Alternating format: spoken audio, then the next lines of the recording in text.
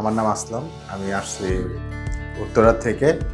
তো হেয়ার ফি গ্রো থেকে আসার কারণ হলো এখানে যে সার্জনগুলো আছে তাদের কথা শুনছি। শোনার পরে তাদের কিছু রিসার্চ করছি। আমাদের একটা পেজ আছে, পেজের কিছু আপনার লোক ছিল, তারা সার্জারি করছে। কিছু আপনার বেনিফিট আছে, সবার পাইছে। এইজন্য আমি এখানে আসা।